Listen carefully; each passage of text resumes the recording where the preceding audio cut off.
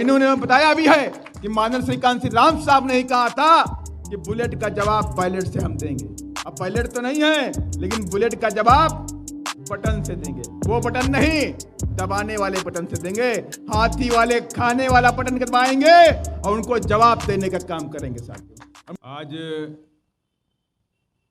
भगवान बिरसा मुंडा जी की जयंती के पखवाड़े के स्वरूप आज जगदलपुर के ग्राउंड में आदिवासी मेला का आयोजन में उपस्थित हमारे बहुजन समाज पार्टी के सभी प्रदेश प्रभारीगण, बहुजन समाज पार्टी के हमारे दोनों विधायकगण, साथ ही बहुजन समाज पार्टी के तमाम जाबाज सिपाहियों, कार्यकर्ताओं, दूर दराज से आई हुई मेरी माताएं, बहनें, आप सभी लोगों का मैं स्वागत और अभिनंदन करता हूं। क्योंकि समय कम है, अगर मैं नाम लूँगा तो बहुत समय लगेगा, इसलिए मैंने शॉर्टकट में ही सीधा बोल दिया। क्योंकि आज बिरसा मुंडा जी की जयंती के उपलक्ष्य में बहुजन समाज पार्टी ने और बहुजन समाज पार्टी के कार्यकर्ताओं ने और हमारे बस्तर के जो शेर टाइगर हैं हेमंत पोयाम जी ने हम सभी लोगों से आग्रह किया कि हम जगदलपुर में आदिवासी मेला लगाना चाहते हैं। तो हमने कहा तुरंत आप लगाइए, हम आपका निर्णय का स्वागत करते हैं। और वाकई जो आज इधर कल्चरल हमारी जो टीम थी, बच्चों ने जो पूरा अपना जो पूरा दृश्य, आज इस बस्तर का जो दृश्य है, आदिवासी कल्चर का जो दृश्य है, जो उनकी सांस्कृतिक है, वो सारा का सारा दृश्य उन्होंने आज दिखा दिया। और किस तरह से अंग्रेजों ने बिरसा मुंडा जी के साथ में अन्याय किया। बिरसा मुंडा जी ने अन्याय के खिलाफ आवाज उठाई और जब उनको लगा कि हम उन अंग्रेजों से लड़ नहीं सकते तो उन्होंने अपनी बलि दे दी, अपने आप को शहीद कर दिया। लेकिन साथियों, आज भी यह आदिवासी समाज के साथ में अन्याय होता है पूरे देश के अंदर। यह आदिवासी समाज जिस देश का मालिक है और आज भी वो गरीबी की दिशा में पूरे देश में रहता है। मैं कुछ आपको एग्जाम्पल देता हूं। मैं कई प्रदेशों में काम करता हूं, तो मैं आपको एग्जाम्पल देके बात करना चाहता हूं। मैं केरला का प्रभारी था। 2008 में माटुंगा के अंदर आदिवासियों ने अपनी जल और जंगल जमीन के लिए यहां पर आंदोलन किया और वहां की सरकार ने उन पर गोलियां बरसाई। 16 राउंड गोली बरसाई गई। सैकड़ों की संख्या में आदिवासियों का कत्ल किया गया। यही नहीं, केरला के पालक्काड में एक गरीब आदिवासी भाई जंगल से उतर के काम के एवज में शहर में एंट्री करता है। किसी मोहल्ले में घूम रहा था काम के लिए, उसका नाम मधु था। गांव के लोगों ने, सामंतवादी विचारधारा के लोगों ने उसे पकड़ लिया और उसको पीट पीट के उसको मार दिया। ये बात केरला की बता रहा हूं। आपके बगल में झारखंड भी आता है। अगर झारखंड में देखें तो जिला शिमगा है। शिमगा जिला के अंदर आदिवासी बहन के साथ बलात्कार होता है और उसे मौत के मार करके उसे पेड़ पर टांग देते हैं। मध्य प्रदेश आपसे अलग हुआ है। मध्य प्रदेश के अंदर सिवनी के अंदर अभी हाल ही में 2 आदिवासी भाइयों को पकड़ करके गाय हत्या के शक में रात में 12 बजे उन्हें पीट पीट करके मार दिया जाता है। और सरकार मध्य प्रदेश में किसकी? सरकार मध्य प्रदेश में भारतीय जनता पार्टी की, जो कहते हैं आदिवासी गौरव दिवस मनाते हैं और उन्हीं की सरकार में आदिवासी मारे जाते हैं। सिवनी की घटना बता रहा हूं मैं आपको। और यही नहीं, नीमच की घटना बताता हूं। नीमच के अंदर 21 साल के आदिवासी बच्चे को ट्रक में बांध करके खींचा गया और उसकी कई किलोमीटर तक उसको खींचा गया, उसकी मौत हो गई। पूरे शरीर की उसकी खाल निकाल दी गई। साथियों, एक घटना नहीं, 2 घटना नहीं। ऐसे ही मध्य प्रदेश का गुना जिला पड़ता है। गुना जिला के अंदर रामबाई नाम की लड़ी थी। उसकी जमीन पे कब्जा करने के लिए उसको जिंदा जला करके मार दिया गया। ये एक घटना नहीं है, ये पूरे देश में घटनाएं होती हैं आदिवासी समाज के साथ में। ऐसी घटनाएं पूरे देश में दलित समाज के साथ में भी होती हैं। और ये वक्त आ गया है उलगुलान करने का, बिरसा मुंडा जी की क्रांति का आगाज करने का, कि इस देश के अंदर नीला झंडा हाथी निशान का उलगुलान कर दीजिए, ऐलान जंग कर दीजिए कि 2023 में हम नीले हाथी का बटन वाले निशान पर अपना बटन दबाएंगे, अपना वोट देने का काम करेंगे और 2023 में आदिवासी राज छत्तीसगढ़ में स्थापित करेंगे। जब 32% के ऊपर आदिवासी यहां पर है तो 32% आदिवासी यहां मुख्यमंत्री बन सकता है, तो ये कांग्रेस और बीजेपी की सरकार के लोग ये 32% वाले को मुख्यमंत्री क्यों नहीं बनाते? ये है कि नहीं है? मैं आपसे कहना चाहता हूं, आप नीले झंडा और ये हाथी निशान जो आपका मान सम्मान है, जो आपका स्वाभिमान है, जो आपकी रक्षा करता है पूरे देश के अंदर, जहां पे जुल्म ज्यादती होती है वहीं पर हाथी का निशान और नीला झंडा दिखाई पड़ जाता है आपकी रक्षा करने के लिए साथ। और ऐसे नहीं, आदिवासियों के साथ में अत्याचार भी होता है और दलितों के साथ में भी अत्याचार होता है। अभी मध्य प्रदेश के अंदर दमोह के अंदर देवरान गांव के अंदर दलितों पर गोलियां बरसाई गई। दिवाली के दूसरे दिन, दिवाली की सुबह, वो दलित अहिरवार समाज का परिवार अपने घर में चाय पी रहा था। अचानक 15 से 20 लोग आते हैं और गोलियां बरसाना शुरू कर देते हैं। सभी लोगों को गोली लगती है। 2-3 लोग परिवार के अपनी जान बचाने के लिए किसी के घर में घुस गए, उनकी जानें बच गई, लेकिन 3 लोग भाग नहीं पाए। उनके पेट में, किसी के पैर में गोली लग चुकी थी। गोली लग के वो गिर गए वहीं पर। अब मारने वाले लोगों ने उनके हाथ को छुआ, हाथ की नब्ज को टटोला कि कहीं नब्ज चल तो नहीं रही है, कहीं जिंदा तो नहीं है। देखा नब्ज चल रही है तो बड़े बड़े पत्थरों से उनके सर को कुचल दिया गया, उनके सर को कुचला गया। तो मैं आपसे कहना चाहता हूं कि पूरे देश के अंदर दलितों के साथ में, आदिवासियों के साथ में अत्याचार होता है।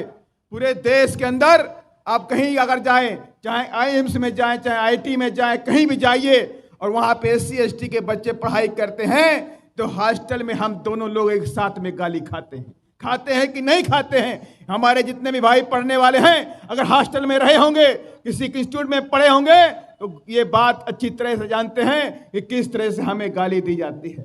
जब गाली हम लोग साथ में खाते हैं तो आज कसम खा लीजिए अपने महापुरुषों की, भगवान बिरसा मुंडा की उस क्रांति की, उस उलगुलान की, कि 2023 में बहुजन समाज पार्टी की सरकार छत्तीसगढ़ में बना करके अपने अधिकार को हाथों में लेने का काम करेंगे। और जिस दिन बहुजन समाज पार्टी की सरकार आएगी उसी दिन प्रदेश के अंदर दलितों के साथ में, आदिवासी भाइयों और बहनों के साथ में किसी की हिम्मत नहीं है कि उनके साथ में अत्याचार कर दे। किसी के अंदर हिम्मत नहीं होगी कि उनके साथ में अत्याचार हो जाए। किसी के अंदर हिम्मत नहीं होगी कि वो हमारी बहू बेटियों की तरफ आंख उठा करके भी देख ले साथ। इसलिए मैं आप सभी लोगों से कहना चाहता हूं, कांग्रेस की सरकार लंबे समय तक रही, बीजेपी की सरकार भी लंबे समय तक रही और बीजेपी की सरकार ने भी आपके लिए कोई काम नहीं किया। अभी विधायक जी बता रहे थे कि 34 विधायक थे आदिवासी भाइयों के, 34 में से 29 रह गए, 29 कर दिए गए। एक सोची समझी साजिश के तहत 29 विधायक कर दिए गए। और यही नहीं, आदिवासी भाइयों का रिजर्वेशन भी 32% से 20% कर दिया गया। और जबकि संविधान कहता है, बाबा साहब का संविधान कहता है, जिसकी जितनी संख्या भारी उसकी उतनी हिस्सेदारी। ये बाबा साहब का संविधान कहता है और यही नारा बहुजन समाज पार्टी लेकर के चलती है। अगर आदिवासी भाइयों का जो भी यहाँ पे जनगणना हो और जनगणना के अनुसार अगर 32% 35% आबादी निकलती है तो 32% क्यों, आदिवासी भाइयों को 35% रिजर्वेशन मिलना चाहिए, उनको मिलना चाहिए। इसलिए मैं आप सबसे कहना चाहता हूं, ये लोग ये आपको भटकाने का काम करते हैं, ये लोग बातें करते हैं लेकिन आपको अधिकार देने का काम नहीं करते, आपको उलझाने का काम करते हैं। आप सबको बात एक याद होगी, हासदेव जंगल के बारे में जानते हैं कि नहीं जानते हैं? हासदेव जंगल जहां पर 10,000 आदिवासी भाई रहते हैं, आदिवासी बहनें रहती हैं, और वहां पर राहुल गांधी जी 2018 के चुनाव से पहले उधर आए हुए थे और उन्होंने वादा किया कि हमारी सरकार बन जाएगी तो हासदेव जंगल को काटा नहीं जाएगा। लेकिन क्या हुआ? उनकी सरकार बनी और सरकार बनने के बाद उस हासदेव जंगल को उजाड़ दिया गया। 10,000 आदिवासी परिवारों को उजाड़ दिया गया। 10,000 आदिवासी परिवारों को जमीन नहीं दी गई, मकान नहीं दिया गया, रोजगार नहीं दिया गया, शिक्षा के अवसर उपलब्ध नहीं कराए गए। ये कांग्रेस की सरकार साथियों, ये कांग्रेस का हाथ इस जंगल को काटता है, ये कांग्रेस का हाथ जल जंगल जमीन को तबाह करता है। इसलिए आज एक कसम खा लीजिए कि 2023 में हम हाथी के चुनाव चिन्ह को अपनी सरकार बना करके लाएंगे। बहुजन समाज पार्टी की सरकार यहाँ छत्तीसगढ़ में बनाएंगे साथियों। इसलिए मैं आप सभी लोगों से कहना चाहता हूं कि बड़े बड़े धन्ना सेठ आज इधर बैठे हो, बड़ी बड़ी फैक्ट्रियां लगी हुई हैं, बड़ी बड़ी फैक्ट्रियां हैं, बड़े बड़े धन्ना सेठ आज कोयले का कारोबार करते हैं, आज लोहे का कारोबार करते हैं, जस्ता और अभ्रक का कारोबार करते हैं, और उसके बावजूद भी छत्तीसगढ़ से लाखों की संख्या में दलित आदिवासी पिछड़ा भाई दूसरे प्रदेशों में जाके के काम करता है, मजदूरी करता है। कम से कम एक आंकड़ा हमारे पास जो आया है, उस आंकड़े के अनुसार 15 से 20 लाख लोग छत्तीसगढ़ के आदिवासी और दलित भाई और पिछड़े भाई दूसरे प्रदेशों में मजदूरी करते हैं। कोयला यहाँ है, गैस यहाँ है, जस्ता अभ्रक लोहा यहाँ है, बड़ी बड़ी फैक्ट्रियां यहाँ हैं। तो यहाँ छत्तीसगढ़ में रोजगार क्यों नहीं है? छत्तीसगढ़ में रोजगार क्यों नहीं है? लेकिन मैं आपको बताना चाहता हूं कि जिस दिन बहुजन समाज पार्टी की सरकार बनेगी तो इन फैक्ट्रियों में छत्तीसगढ़ के भाई पहले काम करेंगे, बाकी बाद में काम करेंगे। ये ऐसी नीतियां बनाई जाएंगी और वो नीति भी बनाई जाएगी कि अगर यहां से कोयला निकलता है, यहां से अभ्रक निकलता है, यहां से लोहा निकलता है, तो उसका 50% पैसा छत्तीसगढ़ के विकास में लगाया जाएगा। 50% पैसा आदिवासियों के गांव देहात में लगाया जाएगा। वहां स्कूल बनाए जाएंगे, वहां अस्पताल बनाए जाएंगे, वहां रोड बनाई जाएंगी। ये सारे के सारे विकास के काम छत्तीसगढ़ में करने का हम लोग काम करेंगे। और सबसे बड़ी बात यह है कि छत्तीसगढ़ में अगर आप सभी लोगों ने पूरी ताकत लगा दी तो हम महात्मा फुले के सपनों को भी यहां पर पूरा करके दिखाएंगे। फ्री एजुकेशन फॉर ऑल, जो महात्मा फुले का सपना था कि हम चाहते हैं इस देश के अंदर शिक्षा फ्री होनी चाहिए, उस शिक्षा को हम फ्री कर देंगे साथियों। पूरी शिक्षा यहां फ्री होगी, सभी जाति धर्म और सभी लोगों के लिए शिक्षा फ्री करने का काम भी हम छत्तीसगढ़ में करके दिखाएंगे भी साथियों। और तो और हम उत्तर प्रदेश की भांति यहां काम करेंगे। उत्तर प्रदेश में जिस तरह से माननीय श्री कांशीराम साहब शहरी आवास योजना के तहत 5 लाख 2 कमरे का फ्लैट बना करके मान्या बहन जी ने फ्री में देने का काम किया, ऐसे ही आवास छत्तीसगढ़ में भी बनाने का भी हम काम करेंगे। और तो और सारे सरकारी ठेकों के अंदर, सारे सरकारी ठेकों में 32% रिजर्वेशन हम आदिवासी भाइयों को देने का काम करेंगे। 32% रिजर्वेशन और 16% रिजर्वेशन हम दलित भाइयों को सारी सरकारी ठेकों में देने का काम करेंगे। और ये काम करना चाहती है तो कांग्रेस की सरकार करके दिखाए। अगर बातें करने से नहीं, काम करने से होता है। बाबा साहब डॉक्टर भीमराव अम्बेडकर जी ने हम सबको वोट का अधिकार दिया है और कहा किसी वोट के जरिए आप इस देश में दोबारा राजा बन सकते हैं, इस देश के शासक बन सकते हैं। इतिहास गवाह है कि आदिवासी समाज इस धरती का राजा था, चाहे रघुनाथ शंकर शाह रघुनाथ शाह हो। आप सबको पता है मंडला में जब आदिवासी राज था तो सोने के सिक्के चलने का काम करते थे, है कि नहीं? आप मानते हैं कि नहीं मानते हैं? जब आदिवासी राज था तो यही आदिवासी भाई बहन इनके जेबों में सोने के सिक्कों से खरीदारी करते थे। पैसे जो होते थे वो सोने के सिक्के होते थे, लेकिन इन लोगों ने क्या किया?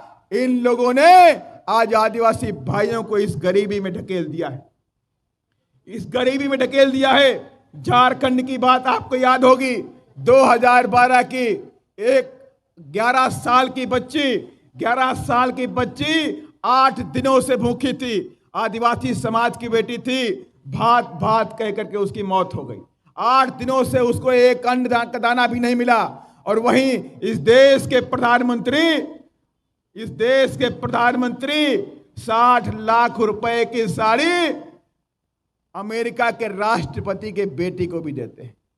उनकी बेटी के लिए 60 लाख की साड़ी, आदिवासी बेटी के लिए 1 रुपए का चावल भी नहीं। तो इसलिए आज ये कसम खा लीजिए कि वोट हमारा, राष्ट्र हमारा नहीं चलेगा। अभी आवाज नहीं आई, देखिए वो बस्तर की आवाज नहीं आई है, जो बस्तर पूरे देश में फेमस है, वो आवाज अभी निकल के नहीं आई है। वोट हमारा, राष्ट्र हमारा नहीं चलेगा। अब मेरी भी आदिवासी बहनें नहीं बोल रही, इधर से नहीं बोल रही, इधर से आवाज नहीं आई भी। वोट हमारा, राष्ट्र हमारा, वोट हमारा, राष्ट्र हमारा।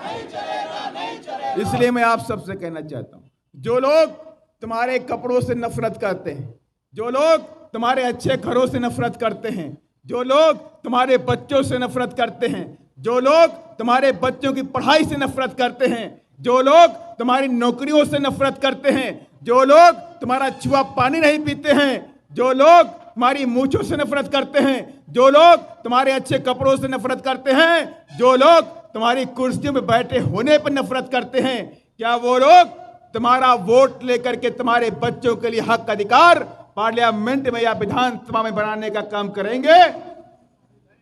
नहीं करेंगे ना। तो इसलिए बोलिए, अब वोट हमारा, राष्ट्र हमारा, वोट हमारा, राष्ट्र हमारा, अब वोट हमारा, राज हमारा चलेगा इस देश के अंदर और इस प्रदेश के अंदर। इसलिए सभी आए हुए तमाम मेरी माताएं, बहनें जो काफी देर से इधर बैठी हुई हैं, इनको दूर दराज जाना है, किसी को 200 किलोमीटर जाना है, किसी को 100 किलोमीटर जाना है। आप सभी लोगों ने आज इधर आकर के इस आदिवासी मेला का आयोजन सफल किया है, इसके लिए मैं आप सभी लोगों का तहे दिल से शुक्रगुजार करता हूं।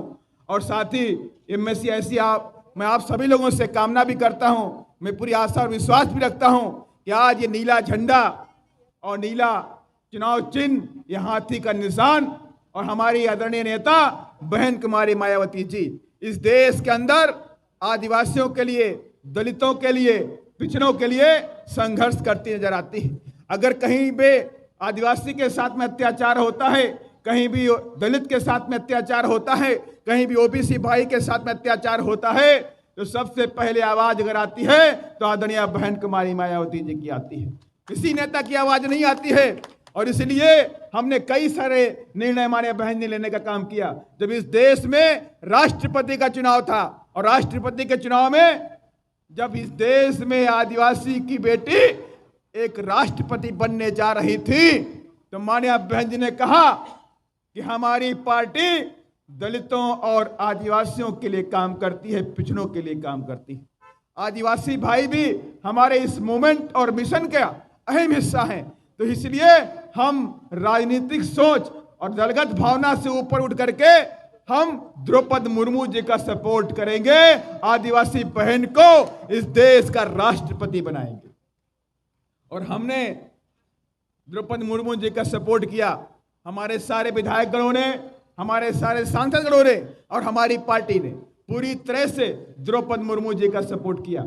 और द्रौपदी मुर्मू जी ने भी माननीय बहन जी को धन्यवाद दिया और उन्होंने लिख कर दिया कि आदरणीय बहन जी, आप ही इस देश की एकमात्र नेता दलितों की हैं, आदिवासियों की हैं और पिछड़ों की हैं। एकमात्र नेता आप ही हैं दलितों, आदिवासियों और पिछड़ों की, जो इनके लिए काम करती हैं, जिनके लिए हमेशा सोचती रहती हैं। इसलिए मैं आप सभी लोगों से कहना चाहता हूं कि हेमंत पोयाम जी ने बड़ी मेहनत करी, इन्होंने बहुत मेहनत करी है और बहुत ही अच्छा एक सफल आयोजन इधर आज आदिवासी मेला का करने का काम किया है। और ये आदिवासी मेला का जो क्रम है अब ये छत्तीसगढ़ में चलता रहेगा।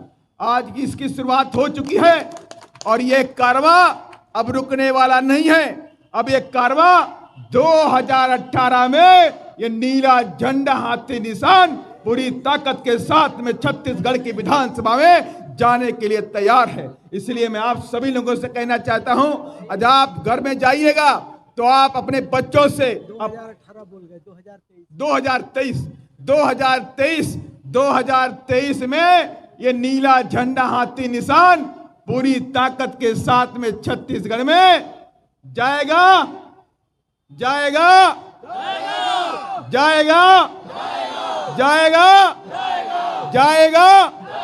और मैं ये चाहता हूं कि बस्तर के मेरे आदिवासी भाई लोग जितने भी बस्तर से विधायक बनते हैं वो सारे के सारे विधायक हाथी पे बैठ के छत्तीसगढ़ में जाने चाहिए, छत्तीसगढ़ की विधानसभा में जाने चाहिए।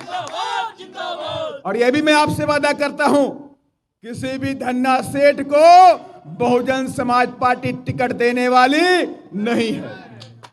किसी भी धन्ना सेठ को बहुजन समाज पार्टी टिकट नहीं देगी और ना हमें उनका वोट चाहिए और ना उनका हमें नोट चाहिए।